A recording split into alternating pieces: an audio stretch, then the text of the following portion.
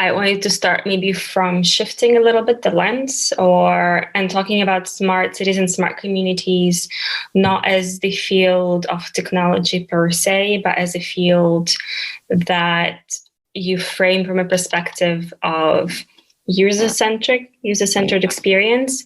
And again, city it has its own user, and it's a resident. Is anybody who lives there, is anybody who interacts with the city. And in essence, for me, the smart city or smart community is a combination of good policies and good technologies that are responsive to the needs of the residents, the needs of the user, so to say, and they enable the decision makers to listen to those people and to act, and therefore to really respond to the needs and the pain points of the people who live in the city or community. Hi, Smart Community friends. In this episode of the Smart Community podcast, I have a great conversation with Katya Petrikevich, the co-founder and international director of two companies, Participation Factory, a consultancy that mainstreams participation and data-driven approaches in governance and process design, and Civic Port, a database helping connecting cities, towns, and other governing institutions with civic tech companies. We begin our discussion talking about Katya's background, her passion for human rights, specifically women's rights and inclusivity, and Katya tells us what a smart community is to her. Katya then shares with us her insights into the upward trend of participation, community engagement, and inclusivity. We discuss civic technology as a tool for dialogue and communication with the community before Katya shares with us the projects her two companies are currently working on. We finish our conversation talking about the importance of systematic and continuous participation with communities.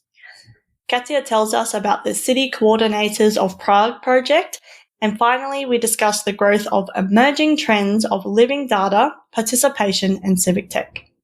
As always, we hope you enjoy listening to this episode as much as we enjoyed making it. Welcome to the smart community, smart regions, smart towns, and smart cities. It's where we live, work, and play. With smart communities, the future starts today. Big data, smart mobility, emerging trends galore. The Smart Community Podcast is what you're looking for.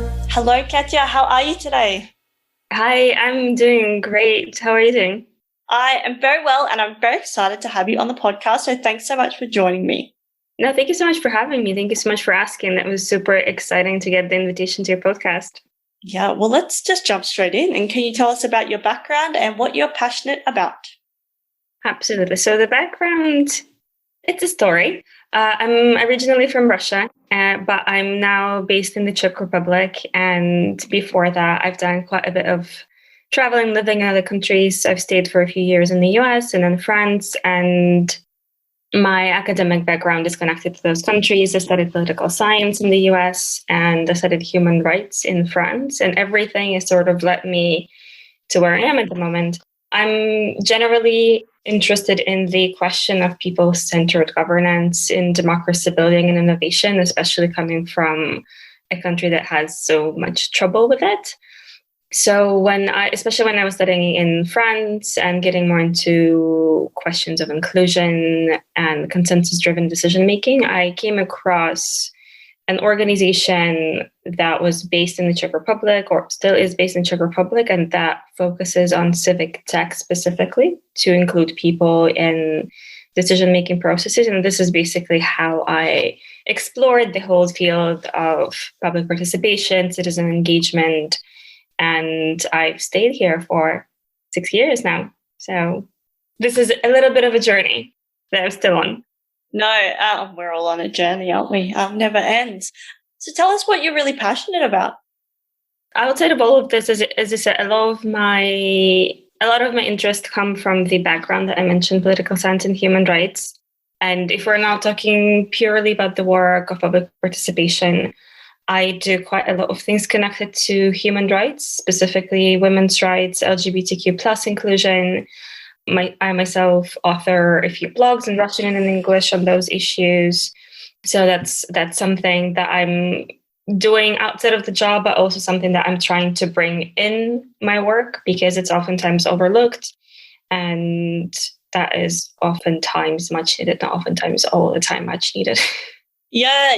And I mean, so the reason I asked you on the podcast, because participation is so important and participation of all groups is so important. And I wanted to, I guess I love getting different people on the podcast, bringing people into this conversation, particularly ones that are interested in bringing more people into the conversation of all conversations as a community.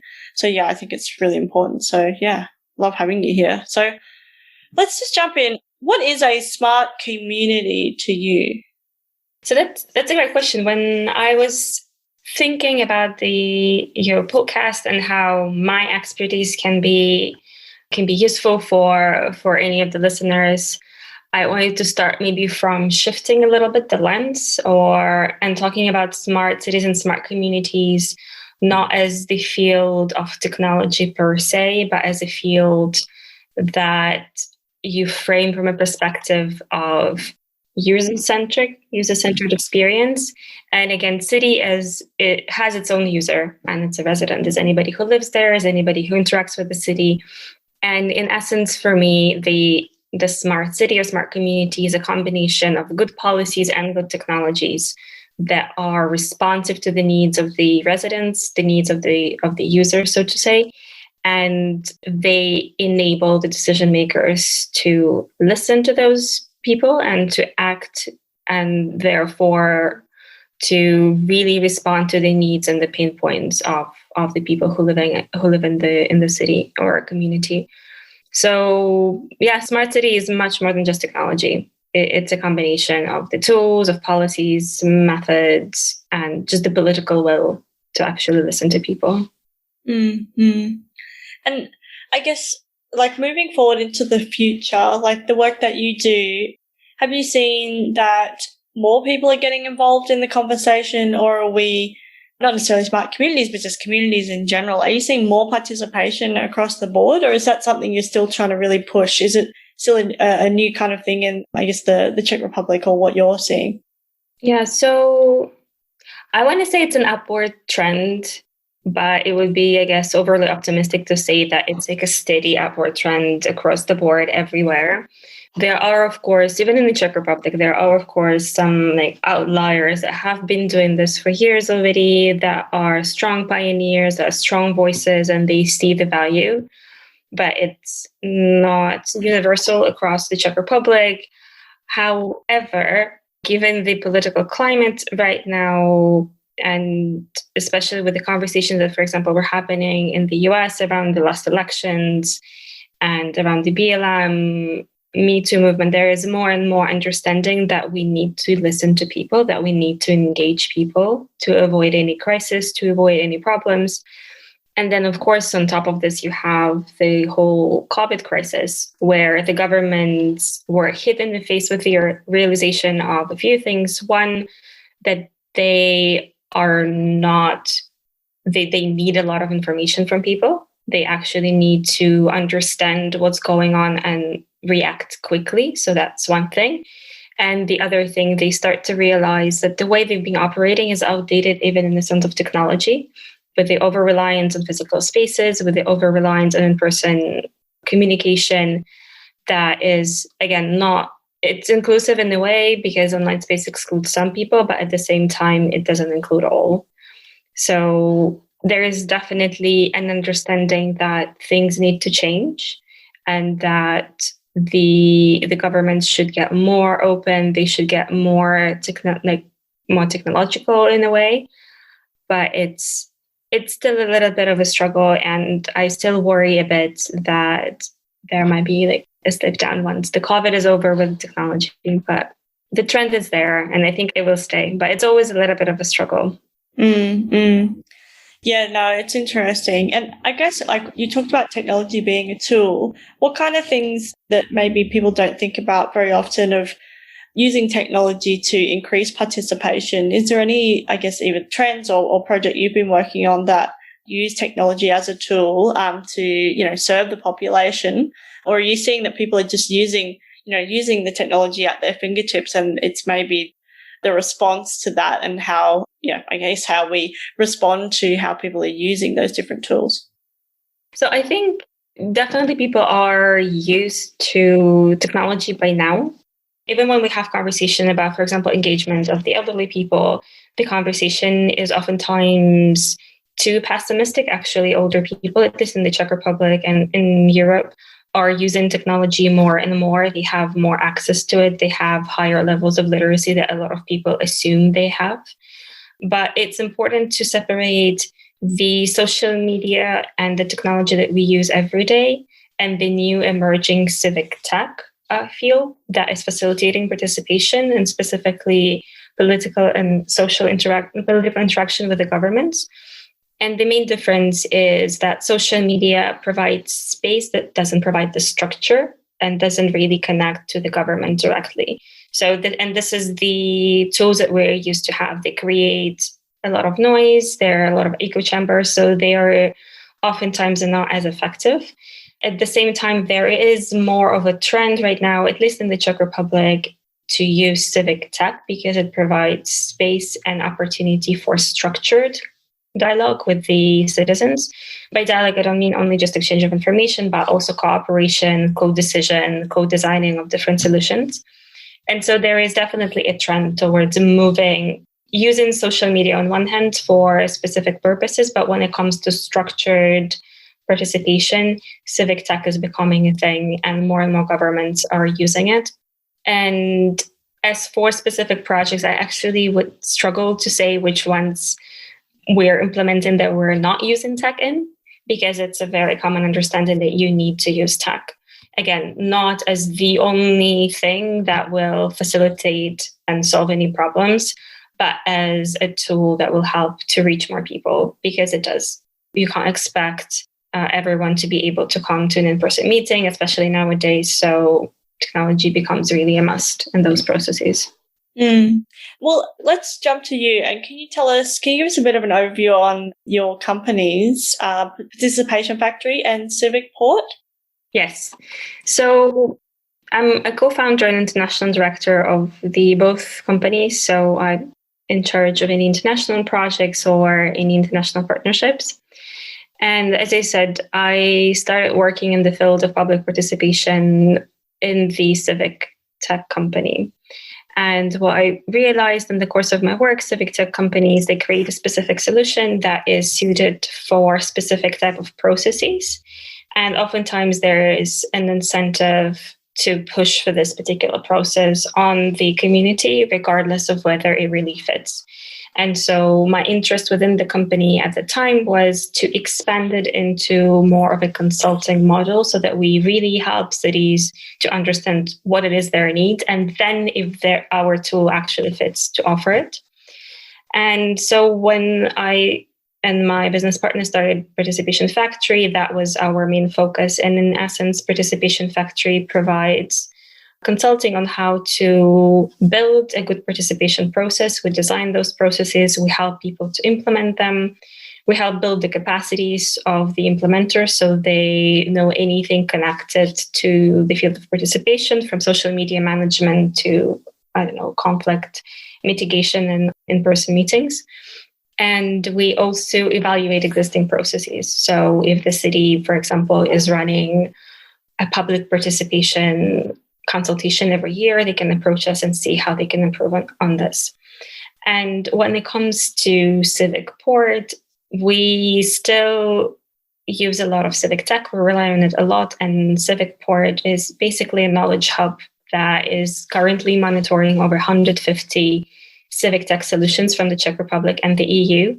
And we use it as a database from which we can provide communities with a short list of the best fit solutions. So Civic Port is the company that walks in the door, helps the communities understand what they need from the tech and why they need it, because oftentimes we're approached by people who say, oh, we just want to use tech, and they don't know why, and they don't know what processes they can benefit from the tech. So we help them to identify those needs and requirements, and then to give them a short list of the tools that can be of the best use. And this is, in essence, our work. Yeah. super interesting. And I guess like having those two different streams, so then you can best serve, your clients, but also then, I guess recognizing that the tech side of things is like, I talk a lot about smart communities and people often bring it back to the people, which is so important. But I think we can't, like you said earlier, you can't forget about the tech. You can't just ignore the tech because it's there, whether we like it or not, and it will continue to grow. So if we don't include what we want to include and then in the process exclude what we want to exclude, then, or if we don't understand what we want to include and exclude, then I think like you were talking about earlier, that unstructured approach happens. Because I think often people, maybe not in the engagement field, kind of think that it's this kind of unstructured thing where we just ask the community, oh, tell us what you want. Okay, yep, great, we'll put that in. Yep, whatever. But it's actually very structured because, you can't get the answers that you want if you don't ask the right questions. And you can't get the answers that you want if you don't give them the right tools to tell you what you need to know. And you can't get the right answers if you don't know what the outcome you want is, and not the final outcome of the project, but what you want from that engagement piece, because otherwise people go, oh, this is confusing. Oh, I don't feel comfortable here. I don't feel safe sharing my information because these people don't know what they're doing, or whatever the case may be. So I think both those sides are really important. This is exactly how our thinking goes, and it can be really frustrating to see from the decision makers that we were talking to exactly this reaction of like, oh my God, like we're just opening the door and they're going to hijack the conversation. They're just going to flood us with irrelevant information. And it's also really frustrating to see how decision makers oftentimes infantilize the citizens in the sense that, oh, they don't know what they actually want. They don't know the information that would be useful. And we actually work also with the young people. From the age of 10, we have experience of doing school participatory budgeting where kids would create the proposals on how they want to improve the school, and then they get to campaign and vote on it. And even at this age, that was like one of the first things that people would say, they're just 10 years old. What are they going to propose? They would just want, I don't know, to buy chocolate or toys or whatever. And at the end, young kids were suggesting things like improving water fountains at school, buying solar panels, creating a small botanical garden. So even at the age of 10, people already know what they want. And if you give them the right tools, if you guide them through the process and you help them build the capacity, they produce incredible outcomes. They produce ideas that are just mind-blowing and amazing and benefit not just them, but the community, whatever the community is, a school or the city. That's so interesting. And I have heard from other people like similar things where, they come up with these great ideas. But also if you bring them in at that early stage, then they get used to being involved in these conversations. So you're basically growing, active civilians, right? Active people that want to be, that think that they can, or that know, or maybe they think first and then they know that they can actually have an influence on, they can participate in the civic environment. And I think that's really, really important, because if we continue down a path where people don't think that they have a say, then we won't get the information they want. We just get negative, backlash or whatever, which some people might just go, oh, well, who cares if there's a negative comment on Facebook? Let's just keep moving. But actually, you break down trust. It breaks down all these things that we really need to be able to have great communities. And I think that's really important, that some of these steps might seem really small and even trivial, but actually in the long run, they build into these monumentous things that are really important to the social fabric of our communities. Totally. I think you just touched on the question of accountability. And again, speaking from experience, doing bad participation or not following up, or as you said, just ignoring this one comment on Facebook, it not only damages the trust in this one particular process, it damages the trust in the concept of participation in the local governance. So doing bad participation is worse in a way than not doing participation at all. Because as soon as you launch the participation, as soon as you invite people to contribute, you are building a certain expectation. You're starting to build the relationship of trust. And once you break it, it's really hard to rebuild it.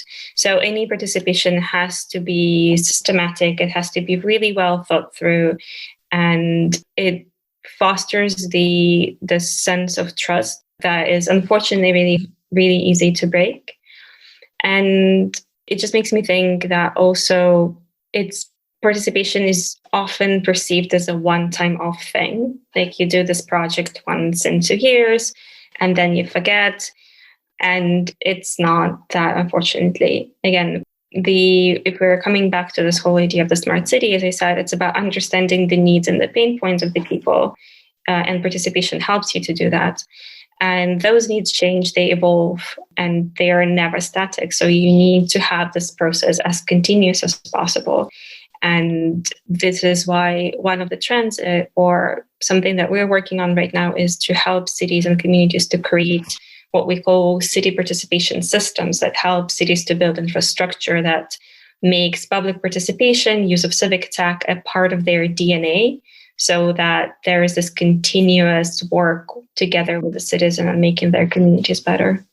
Yeah, I think that's also really important. And I think in smart communities as well, like I often talk about, like, it's a radical shift in what we expect from, or what on both sides, that the community will get this level of engagement that they've never experienced before. So at first it will be, quite a shock potentially, and they might go, oh, what's this? I don't trust it.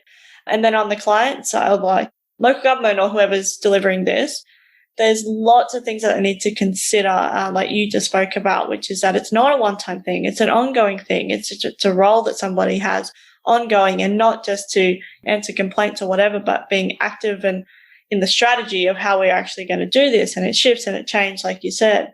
But I think that will be one of the really key kind of outcomes of smart communities, if we get this right, is that people will know that they have this opportunity to participate and will engage in a way that, I guess, they'll know that they have some kind of say. So then they will actively participate in these, not even just projects, but in the community, right? It doesn't necessarily have to be, I think, we talked about formal structures and that type of thing, but then that leads to, okay, well, how do I get more involved in my community? Maybe I can do something, maybe I can volunteer here, or I can get involved in, I don't know, some kind of working group or something like that. I think it all kind of rolls in.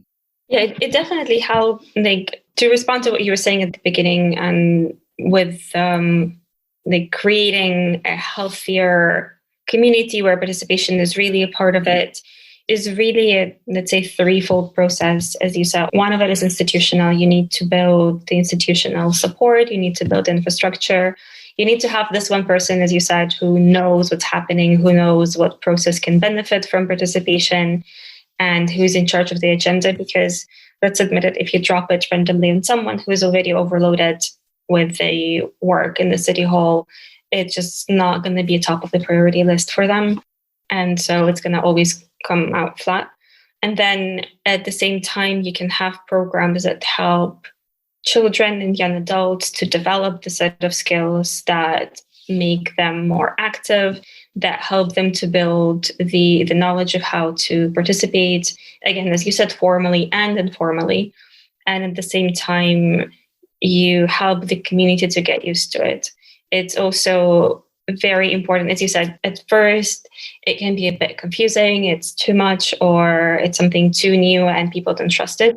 Again, this is why you need to plan participation well. You need to start from small little things that people feel comfortable doing, or provide them with a variety of different things they can do within one project, let's say, that different people with different capacities or different skills can participate in. And yeah, all of it helps to create a more connected city, a more connected community where everybody feels a sense of ownership and everybody feels a sense of inclusion and empowerment that allows them to volunteer more, or to makes them feel like they are actually co-responsible for things that are happening in their city. And it definitely helps to build the social bonds that are required for it.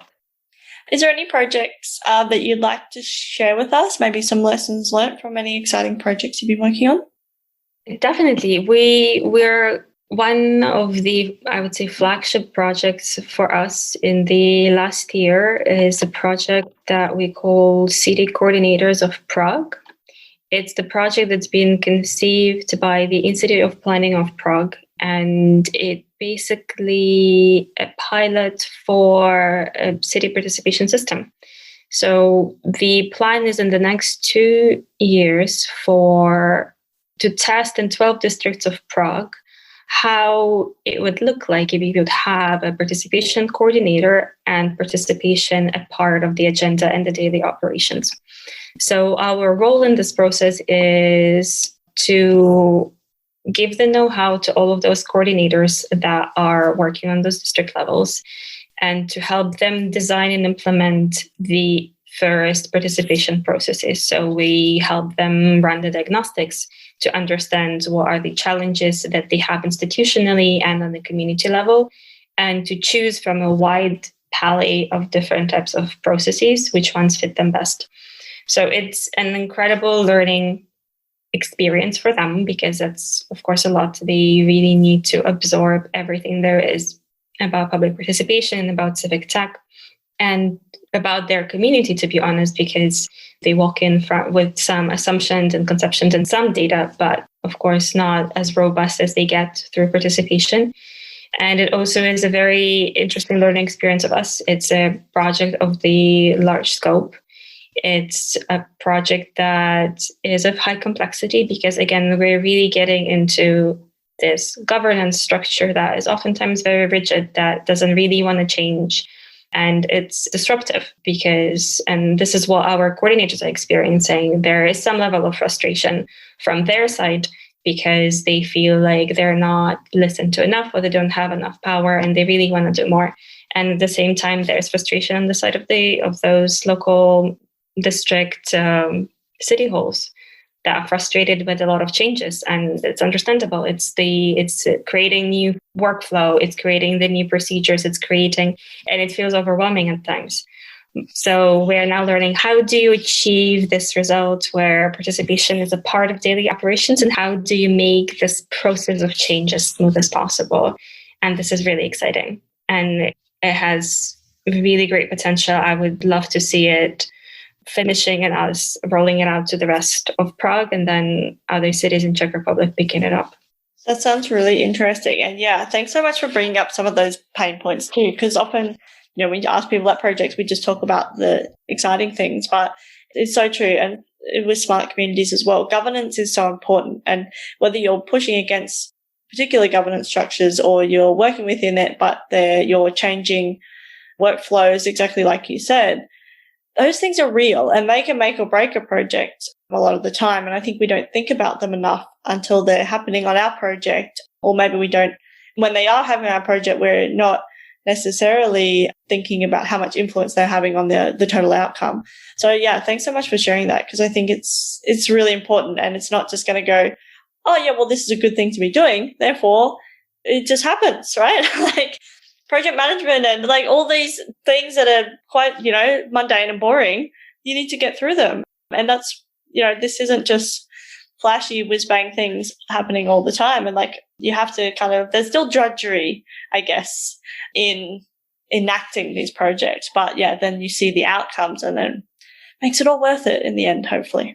Exactly. It makes it, that's what I'm saying. Like, it makes it all worth it. And the pain and the struggle and the sweat, it's definitely all worth it. But I just don't want, it's healthy to walk in the project knowing what the obstacles will be and what the challenges are. It helps you to assess better. It helps you to manage it better. And at the end of the day, from our experience, it's about being able to communicate the value so that people understand that their inconvenience and discomfort now is fine because they're going to get the great benefits afterwards. It's worth it in the end, both sides. Exactly. Like it's not to say that what we're doing is great for us and whatever their experience is irrelevant.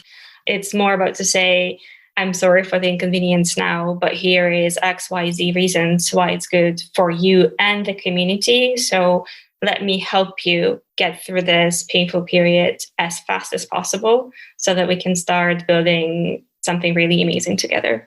Yep, and you frame it so nicely. Okay, let's zoom to the future. What do you think the emerging trends are that people aren't talking about enough? I think we already touched on them a little bit, and I'll just be summing up what I said here and there. So I think that data from communities will become essential in decision-making processes. I see that the value of it is becoming more and more obvious, and I'm talking about the kind of data that comes from citizens and different stakeholders, not just once a year during a census or something like this, but just a living data that will become a part of the daily operations. Then I think another really interesting thing, and for example, the project that I mentioned with Prague is trying to tackle it, and this is what I'm seeing as a trend that is going to continue, is this institutionalization of know-how and participation and civic tech knowledge, so that all of it is stored within the city halls, and because it will become a part of daily operations. There is a need for it, there is a hunger for it, and as you said, the situation right now politically and with the COVID-related things are showing that the cities and communities need to know it. They need to be able to do it themselves, even at the very basic level. And of course, I also said that tech is essential. There is no way we can avoid technology, even in the countries where technology, the penetration of internet is low, it's still rising. It's still the trend towards spreading more and more. So civic tech specifically, I think, is gonna be uptaking everywhere, exactly because, as I mentioned, it provides an opportunity to create structured discussions that are managed, that are meaningful, that are geared towards consensus rather than radicalization of the opinions. It's geared towards finding the common ground and a common solution. And I think it will be more and more normal to use civic tech, not just in the sense of how many tools you use it, but how intensively you use this one particular tool. Because right now, what we see oftentimes, communities or cities, they purchase a civic tech solution for one specific project with a 1-year license, and then for the rest of the year, they don't use it for anything at all. And right now we see an interest in okay, we have this amazing tool. How do we use it more? How do we get more value? And I think the intensity of use of civic tech is just going to continue to grow. Yeah, I agree. I think you're right. It's like the term in infrastructure is like sweating the asset, right? When we don't necessarily need to buy a new thing each time we do something, but what else can this tool do for us, for our community? It's really important. It's been really great to chat with you. I've really enjoyed it. Yeah, thank you so much. It was really exciting to share all of this and to bounce back a few ideas, and but also to hear the validation of the work that we're doing and that you're sharing the same experiences and the same thoughts. Yeah, I really enjoyed that too, because, I'm sitting here in regional Australia and nothing you're saying is completely foreign to me. Like, it's not like, oh, that's a weird thing that's happening over there. That never happens in Australia. We, do all these things, whatever. I mean, obviously there's nuances and differences, but I think when it comes down to it, each community is unique, but there's some fundamentals that we share because we're all human beings at the end of the day. Yeah, I agree. No community is the same, but at the same time, the logic behind it and the value in doing the things that we're doing is the same across the board. Well, I just have one last question. How can people connect with you? So I think the easiest way to connect with me would be my LinkedIn, and I can share the link with you later. Or my email address. I'm free to share it with you. I'm attempting to have a Twitter presence, but unsuccessfully so yet. So I'm not going to share it yet. That's totally fine. I also I'm not as big on Twitter as I am on LinkedIn is my jam, but I do have a slight Twitter presence. But yes. I have a very static reading Twitter that I use for checking out what other people are doing and sharing. I'm like, this is awesome, guys. Totally. Well, yes, we can put the links in the show notes so people can click away and find you. But thank you again, Katya, for coming onto the podcast. I really appreciate it, and I really enjoyed having this conversation with you. Thank you so much for having me. Again, that was a pleasure talking to you, and I'm excited to see what else you're going to be doing. Awesome. That's great. It's been so great to chat. Let's say goodbye. And yeah, I look forward to talking again soon. See you later. Bye. Bye.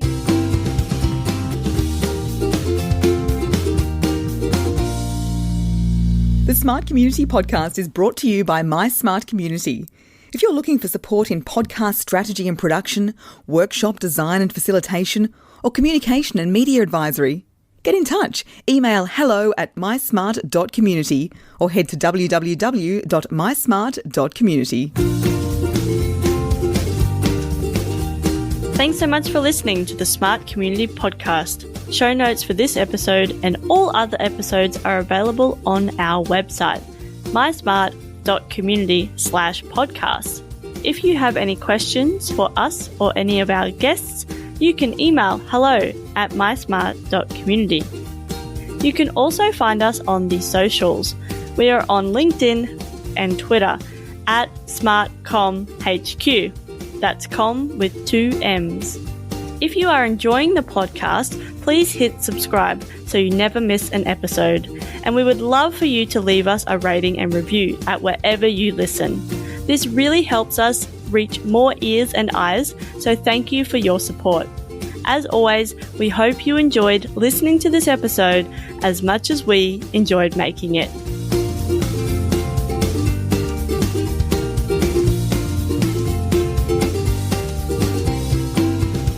The Smart Community Podcast is what you're looking for.